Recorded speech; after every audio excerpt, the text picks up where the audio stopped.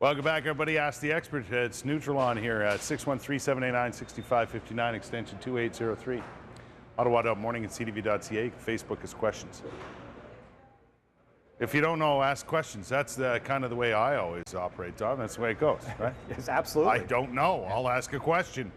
There's the, by the way, the website, and it's up on the screen there. All kinds of great information on there, and we're getting some interesting questions this morning. Are we all ready for Larry? All ready for Larry? Larry, are you there? Yeah, I'm here. Morning, Larry. How are you? Good. Good. Where are you calling from? Rockland. In Rockland. What's your question today?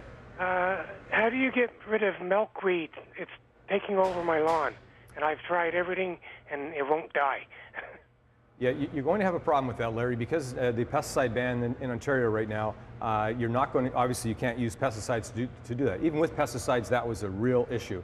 What you can do now is try some of the fatty acids, but it's going to be a long and onerous task to get this done because you're going to have to individually treat each weed. They're tuberous at which means that they're hollow in the middle, and in order to, you're just going to have to keep burning them off with the acidic acids that are out there that you can buy at any hardware store. So and these acidic acids, but you can also use some of the fatty acids just to make sure that you actually take it out. But it won't be a one application.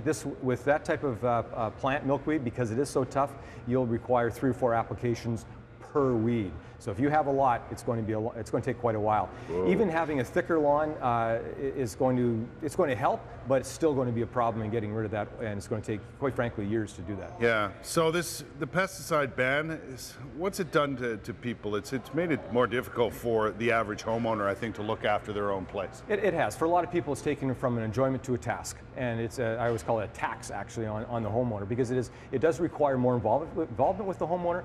We can certainly help them with that, minimize the problem that they have, because people are always talking about their time. I need time, I need time. Well, this has caused them to spend more time on their lawn to make sure it brings up the standards that they want. Right. And so the pesticide issue has caused problems also in the type of things that we can control.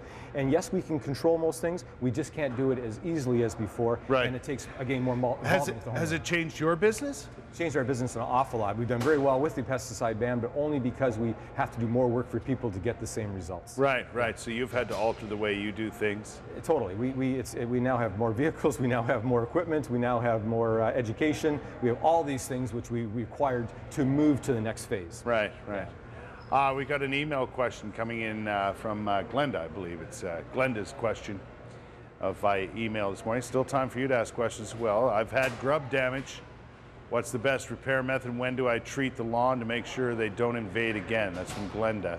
That's a common question. It is. It's the most common question right now, is along with renovations, is what can I do to get rid of the grubs? So I'll start with the renovations themselves. Now is the time to do the seeding. Soil temperatures have to be around 15 degrees before the seed will germinate. That's soil temperatures, not air temperatures. We're not there just yet, but you can put that seed down now if you want, and it will just sit there and germinate on its schedule. So that's good. But if you're going to do some seeding, make sure that you're doing it the right way. You don't just throw it on the earth. You need to rake it up, maybe aerate it, or if you do the slit seeding, you could do any one of these things here. To make sure that you open up the soil, because you have to have seed-soil contact. If you don't have that, nothing's going to grow. So going out there and getting yourself a bag of all-purpose seed, taking your hand in, dipping it, throwing it around, and hoping for the best, it's not going to work. All that's going to be is a hope and a prayer. That's all that's going to be. Yeah. And you bring up something else as well, just getting all-purpose seed. This is Ottawa. This is not Toronto. This is not Vancouver. This is not Halifax. This is Ottawa. Our seed that we give out, and on all of our program customers, we give it to them for free.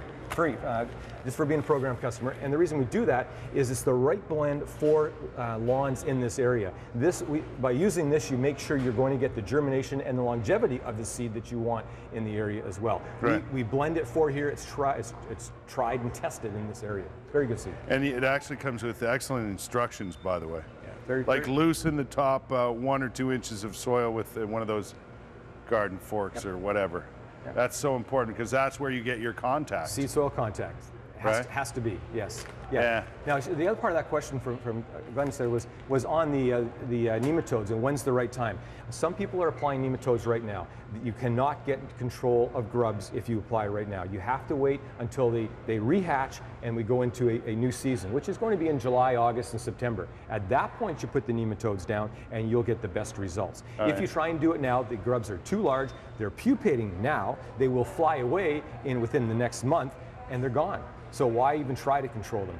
They're not doing damage on the lawn now either because they're in their pupation mode. But in the summertime, when the new eggs have hatched, that's the time to get control. Okay.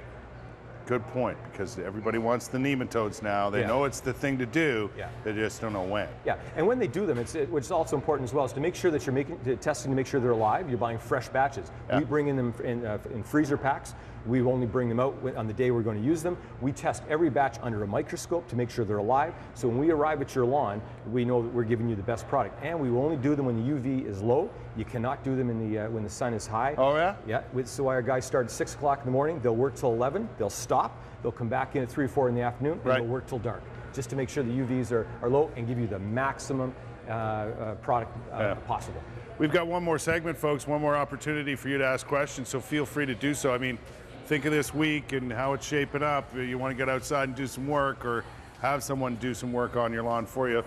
Questions for Nutri-Lawn for you, 613-789-6559, extension 2803. Email or Facebook a question as well.